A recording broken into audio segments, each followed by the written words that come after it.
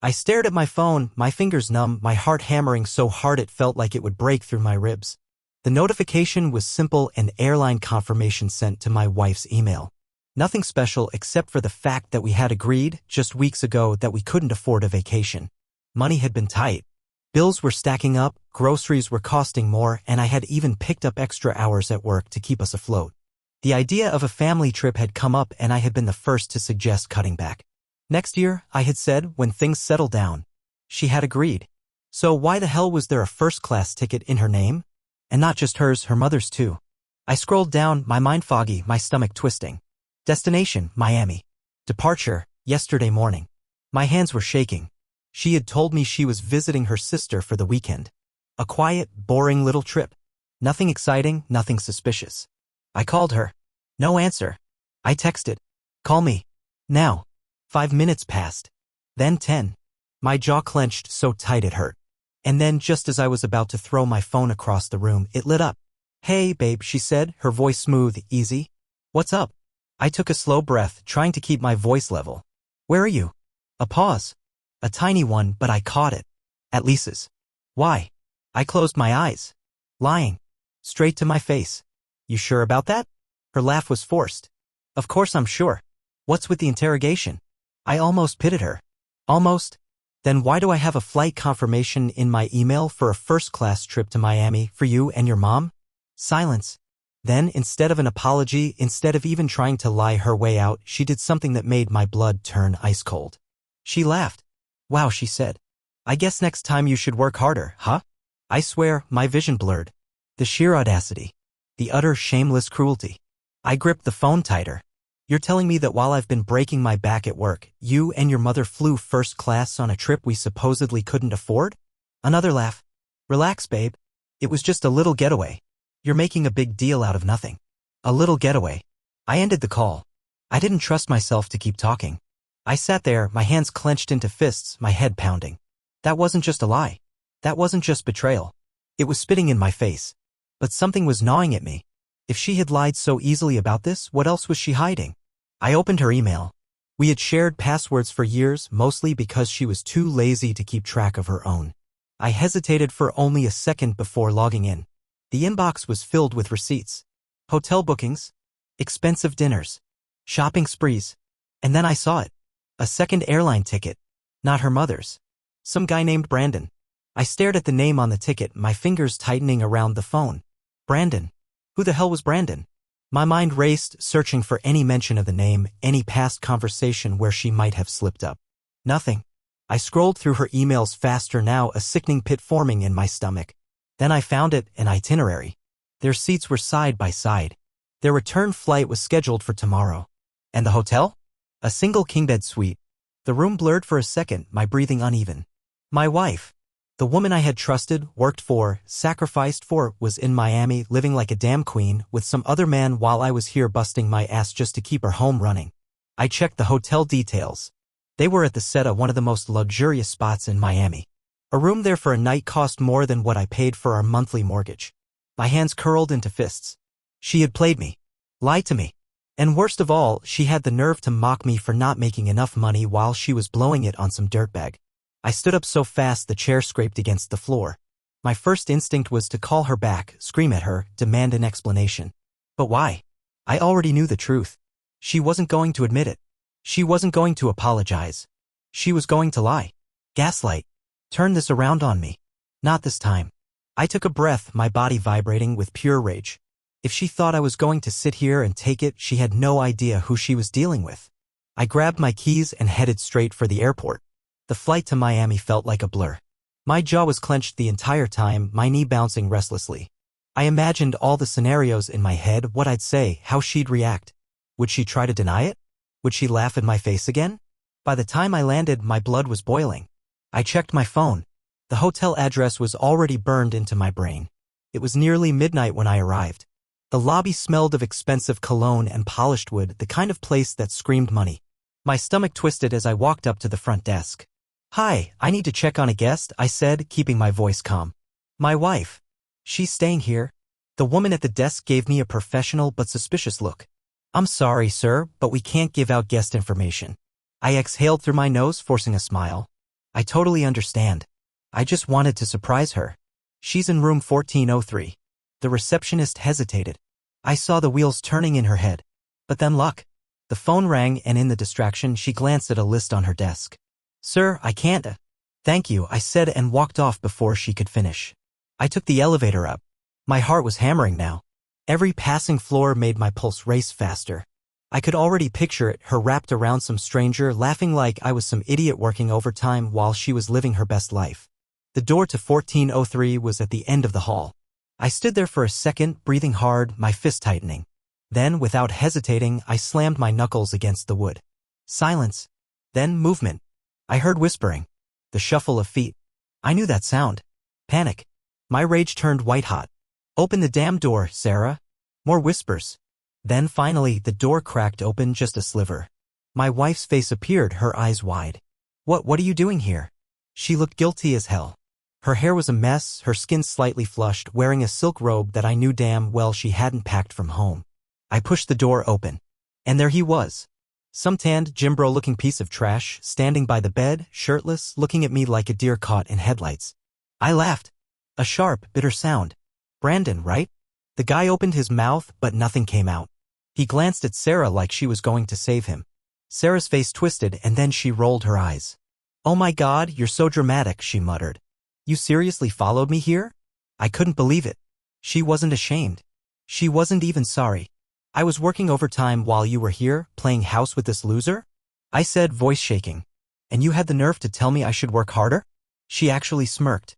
Well, yeah. If you made more money, maybe I wouldn't have needed a real man to take me somewhere nice. I saw red. I didn't think. I acted.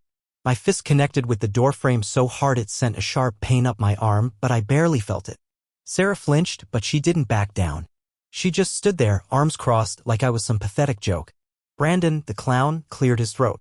Hey man, I snapped my head toward him so fast he shut up instantly. I took a slow step forward, watching as he took one back. Don't say a word. Sarah let out a dramatic sigh, rolling her eyes like she was bored. Jesus, are you gonna throw a tantrum now? Grow up, Ethan. The sound of my name coming out of her mouth made my stomach twist. This wasn't my wife. The woman standing in front of me wasn't the person I had built a life with. She was someone else, someone who had no problem spitting in my face and laughing while she did it. You really don't feel guilty at all, do you? My voice came out quieter than I expected, steadier. I was done yelling. Sarah raised a brow. Guilty? For what? Having a little fun? Brandon shifted uncomfortably, looking like he suddenly regretted everything. He wasn't smiling anymore. You're my wife, I said slowly, forcing the words past the rage in my throat. You promised me. You told me we were struggling, that we couldn't even afford a trip together. Then you turned around and did this. Sarah scoffed. Oh, please. You're acting like I killed someone. Newsflash, Ethan, women like nice things. And let's be real, you were never gonna give me this life. You're too small time. Small time. I clenched my fists so hard my nails dug into my palms. Brandon, the idiot, finally grew a spine. Look, dude, I didn't know she was married, he said, lifting his hands like some innocent bystander. She told me you guys were separated. Sarah's head snapped toward him so fast I thought her neck might break. Oh my God, shut up, she hissed. I laughed. I actually laughed. So now you're lying to him too? Jesus, Sarah, is there anyone you don't lie to? Her face twisted and I saw it just for a second. Panic. She was losing control. I turned to Brandon. Get your clothes. Get out. He blinked. What? You heard me, I said, stepping aside. Pack your sh*T and go. You want to be part of her mess? Fine. But not on my dime. Brandon hesitated. He looked at Sarah and I saw the shift in his face. He finally saw her the way I did. A liar. A manipulator. A selfish, soulless scoundrel. Sarah noticed it too. She tried to grab his arm, her voice suddenly sweeter. Babe, don't listen to him, he's just… Yeah, nah, Brandon muttered, pulling away. He grabbed his shirt, his shoes, and practically ran out of the room without looking back. Sarah stood there stunned. She hadn't expected that. She thought she had power here. She thought wrong. I exhaled, stepping into the room now that it was just the two of us. My soon-to-be ex-wife stared at me, arms folded like she still had the upper hand. You done? I asked. Sarah rolled her eyes. With what? This conversation? Yeah, obviously. I smiled. A slow, cold smile. No. I meant packing your sh*T. Because you're not coming home. That got her attention. Her smirk vanished. Excuse me. You heard me. I pulled out my phone, opening the home security app. One tap. Locked. The second tap. Garage disabled. The third tap. Security codes changed. Sarah's eyes widened. I held up the screen so she could see. That's our house, I said calmly. And as of now, you don't live there anymore. She lunged for my phone, but I stepped back. Ethan, stop being a little b***tch. I chuckled. You mean like Brandon? The color drained from her face. Get your things, Sarah, I said. Your time's up. Sarah's mouth opened, then closed. I could see the gears turning in her head, trying to figure out how to spin this. How to weasel her way out. She crossed her arms, shifting her weight onto one hip like she wasn't standing there in a silk robe with her affair freshly ruined. You're being ridiculous, she said, voice clipped. You can't just lock me out of my own house. I tilted my head, letting the silence stretch. Letting her squirm. Then I spoke. My house. Sarah blinked. I nodded. The mortgage? In my name. The bills? I pay them. The car you drive? I financed it. So yeah, my house. Her eyes flashed, that means street kicking in. You wouldn't even have that house if it weren't for me, Ethan. You think you can just throw me out? I'll take you for everything, you pathetic little A. I laughed. A deep, satisfied, exhausted laugh. You're broke, Sarah, I said. You can't afford a lawyer. Hell, you couldn't even afford this trip. You used my money, didn't you? Her lips pressed together. I knew I was right. She had been so cocky, so sure that I would just keep working while she played rich girl in Miami. She thought she could walk all over me and I'd just take it. Not anymore. Sarah snorted. So what? You think locking me out is gonna make me come crawling back? That I'll beg? I leaned in just slightly. I wouldn't take you back if you were the last woman on earth. For the first time, she actually looked nervous. Good. I turned, heading for the door. I was done here. But before I left, I looked back. By the way, I said, pulling out my phone again, you might want to check your bank app. Sarah frowned, reaching for her phone on the nightstand. I waited, watching. She unlocked it, scrolled, then suddenly froze. She looked up, eyes wild. What the F***ck did you do? I smirked. Oh, just a little something called a chargeback. Sarah screeched. Everything you booked with my card? I said, slipping my phone into my pocket. Yeah. Cancelled. She was breathing hard now, her fingers flying over the screen. No, you can't just. I opened the door. Enjoy finding your own way home, Sarah. And then I walked out, leaving her screaming my name behind me. I walked out of that hotel feeling lighter than I had in years. The second the door shut behind me, her screeching voice cut off, replaced by the quiet hum of the hallway. No more lies. No more gaslighting. No more playing the part of the loyal, hard-working husband while she spent my money on first-class flights and a side piece. I didn't look back. I didn't hesitate. I just walked straight out of the building, through the gleaming, overpriced lobby, and into the warm Miami night. And I smiled. Not a bitter, angry smirk, an actual smile. She was screwed. By the time I reached my rental car, my phone was blowing up. Call after call from Sarah. Then the text started. Sarah, King A***. Sarah, do you have any idea what you just did? Sarah, you stranded me in Miami. Sarah, Ethan, answer the phone. Sarah, I swear to God if you don't. Sarah, call me now. I turned off my notifications. She'd figure it out. Or she wouldn't. Either way, not my problem. I drove to the airport, booked the next flight home, and by the time I landed the next morning, Sarah was still calling. Still texting. But she wasn't just angry anymore. Now she was desperate. Sarah, Ethan, I'm sorry. Please just talk to me. Sarah, you don't understand. I need your help. Sarah, my mom is freaking out. Sarah, please, Ethan. We need to fix this. I laughed out loud at that one. She wasn't sorry. She was just trapped. No more luxury hotel. No more maxed out credit card to bail her out. Her little vacation had turned into a nightmare and she had nowhere to run. I ignored her. By the time I got home, I had already lined up a divorce lawyer. And not just any lawyer, one of the best. If Sarah thought she was gonna get a dime from me, she had another thing coming. She had taken everything for granted. My trust. My money. My patience. And now? She had nothing. The silence in my house was different now. Before, it had been the kind of silence that felt heavy, like something was wrong, I just hadn't known what. Now it felt clean. Peaceful. I walked through the living room, looking at everything she'd left behind. Little things, her shoes by the door, a half-empty coffee mug on the counter, the perfume bottle on the bathroom sink. It didn't feel like her home anymore. Because it wasn't. I grabbed a trash bag. Her clothes? In the bag.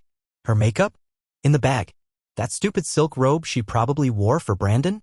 I tossed it in with zero hesitation. It took me 10 minutes to clear every trace of her from the house. 10 damn minutes to erase years of marriage. That should have made me feel something. It didn't. I was done. My phone buzzed. Another text. But this time not from Sarah. Unknown number. Mr. Carter, this is Detective Avery from the Miami-Dade Police Department. Your wife has reported her wallet and phone stolen and provided your name as a potential suspect. Please contact us immediately. I laughed. I actually sat down and laughed. This woman was unbelievable. She was stranded, broke, and instead of taking responsibility, she was trying to get me arrested? I didn't even bother responding. I called my lawyer instead. By the time he was done making a few calls, the detective's tone had completely changed. Detective Avery, Mr. Carter, I apologize for the misunderstanding. We've reviewed the credit card transactions and it appears the disputed charges were indeed made by your wife. You're in the clear. No sh*t. That should have been the end of it. But no. Sarah wasn't just calling now, she was blowing up my parents' phones, my friends, even my job. Sarah, you can't just shut me out like this. Sarah, I made a mistake, Ethan. But we can fix this. Sarah, I'll come home and we can work through it. Sarah, just let me come home. I read that last one twice, shaking my head. Let her come home? She still thought she had one. That's when I knew. She wasn't sorry. She wasn't regretful. She was just scared. Scared of being alone. Scared of losing the comfortable life I built for her. Scared because, for the first time, she was on her own and she had no idea how to survive without me. I deleted every text. Blocked her number. Then I took a deep breath. And I moved the F***ck on. 2 weeks passed. 2 weeks of complete silence. No calls. No texts. No pathetic attempts to manipulate me. It was bliss. I had expected Sarah to put up a fight. Scream, threaten, maybe even try to slither her way back in. But after I blocked her, she vanished. Or so I thought. I was in my office when an email popped up. Subject, urgent, please read. I almost ignored it. But something about the pleading tone made me open it. It was from Sarah's mother. Ethan, I know you don't want to hear from her, but please, she's in trouble. She has nowhere to go. I can't take her in and she's talking crazy. Just talk to her. Please. I stared at the screen, feeling nothing. Sarah's own mother wouldn't take her in. That told me everything I needed to know. I deleted the email. An hour later, another one came in. This time from Sarah herself. Ethan, please. Just meet me. One time. No tricks. No fighting. I need to talk to you. I leaned back in my chair. Every instinct told me to ignore her. To let her rot in whatever hole she dug for herself. But a small, dark part of me? It wanted to see just how far she'd fallen. So I replied. One meeting. One time. Public place. Take it or leave it. Her response came instantly. Thank you.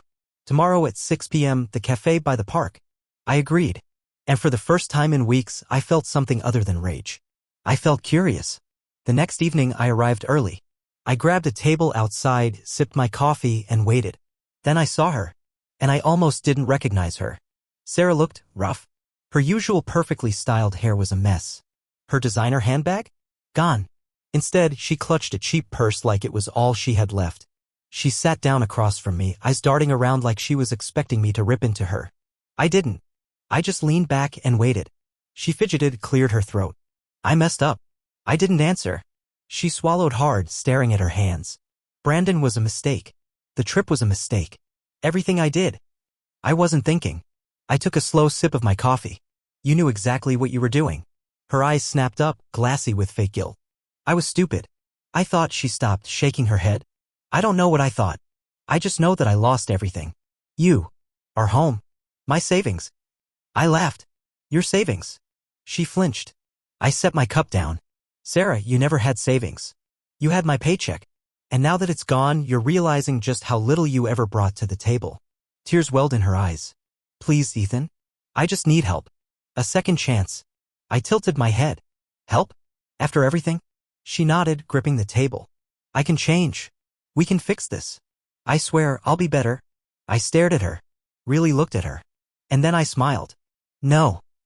Her face crumbled. Ethan. I stood up, tossed a few bills on the table, and slid my chair back. Find another idiot, Sarah. Then I walked away. And this time? I didn't look back. I walked away from that cafe feeling lighter than I ever had before. No anger. No regret. Just freedom. Sarah was someone else's problem now. I went home to my house, the one that finally felt like it belonged to me alone. No more tension. No more tiptoeing around her moods. No more wondering if I was enough for a woman who was never satisfied to begin with.